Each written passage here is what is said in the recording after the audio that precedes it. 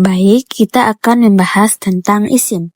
Isim adalah kalimatun dallas ala makna walam taktarin di zamanin wad'an. Di situ adalah kalimat itu yang menunjukkan suatu makna yang mana kata tersebut tidak terikat dengan waktu.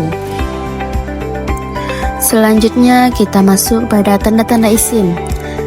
Tanda-tanda isim ada khafat, alif lam, tanwin, masuk huruf khafat.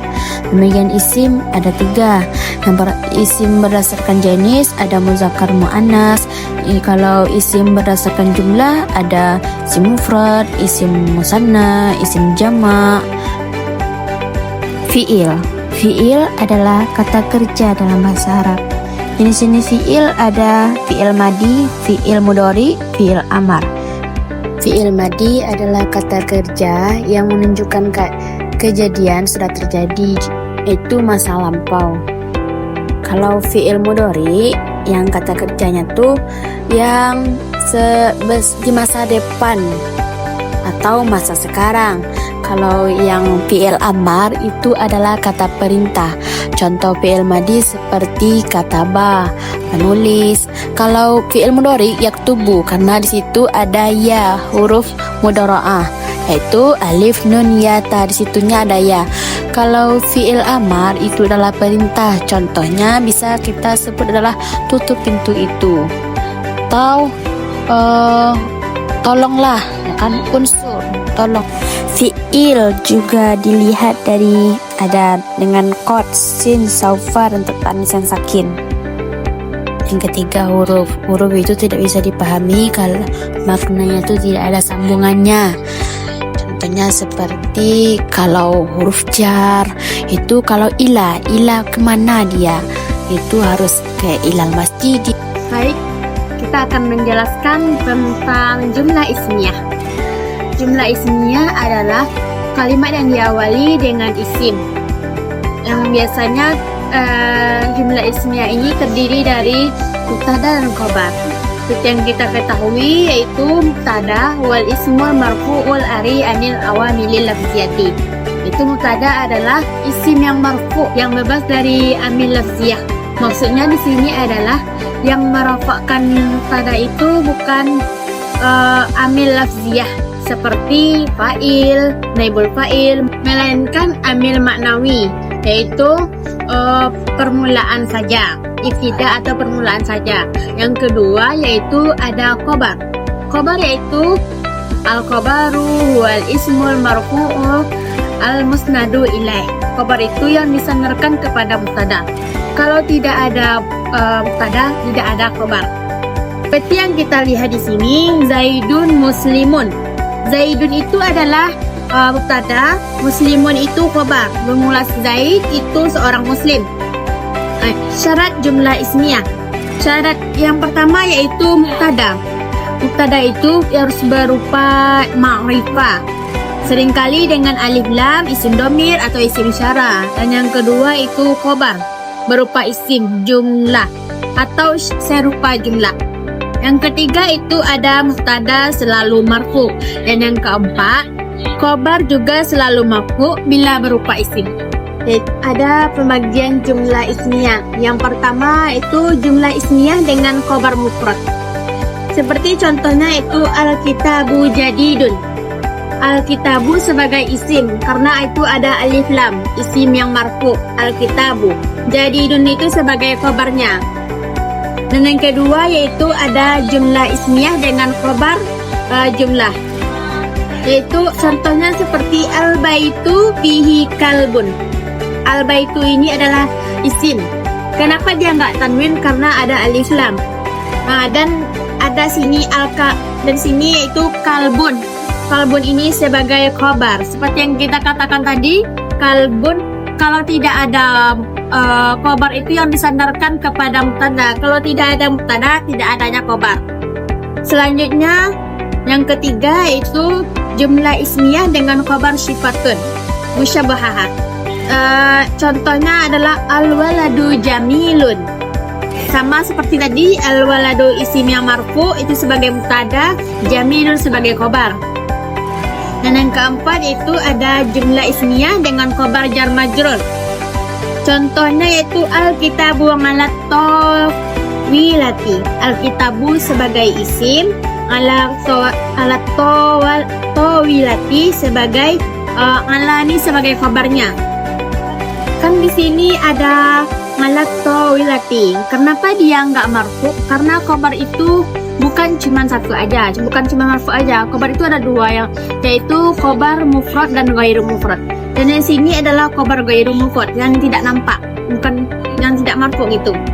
Ghairu mufrad itu ada 4, yaitu jar majrur, zaraf, fi'il beserta fa'il, mubtada beserta kabar. Dan yang di sini adalah jar dan majrur. Ala ini adalah huruf khafat atau wilati, yaitu yang dikhafatkan. Dan yang kelima ada khabar jumlah fi'liyah.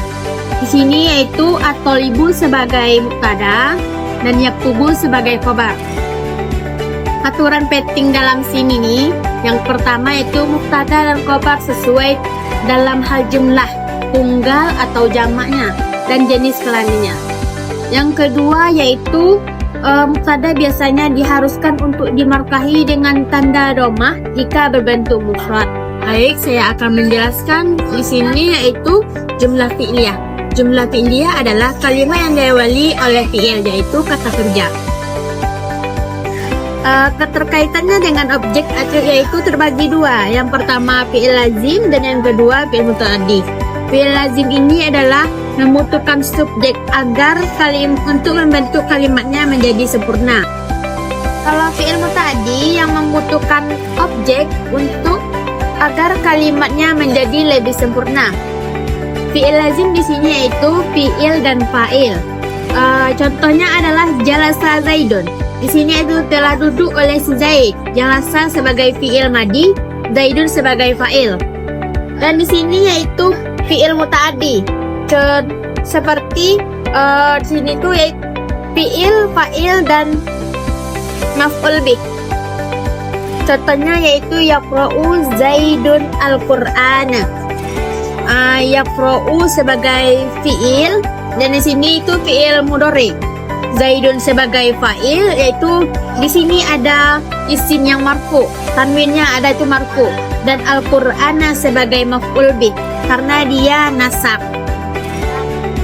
Kaidah fi'il lazim. Yang pertama, fi'il harus satu jenis dengan fa'il, dan yang kedua, fi'il harus dalam bentuk mufrad, dan yang ketiga, fa'il harus dalam keadaan rafa'. Yang pertama, yang fi'il harus satu jenis dengan fa'il, yaitu zahaba Zaidun. Zahaba sebagai fi'il madi, Zaidun sebagai fa'il. Zahaba yaitu fi'il madi yang fathah akhir selama-lamanya, Zaidun fi'il sebagai fa'il.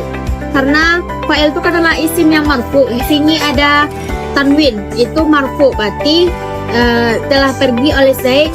Dan yang kedua yaitu fi'il harus dalam bentuk mufrad. Contohnya, yang pertama itu zahabat tolibu, yang kedua zahabat tolibani, dan yang ketiga zahabat tulabu. Dan yang ketiga yaitu fa'il harus dalam keadaan rafa'. Jenis-jenisnya yaitu mufrad. Mufrad ketika rafa' yaitu dhamma. Musanna ketika rafa' yaitu alif. Dan jamak muzakkar salim ketika rafa' itu waw. Jamak muannas salim ketika rafa' itu dhamma. Dan jamak taksir ketika rafa' dhamma juga. Dan isim yang 5 ketika rafa' waw.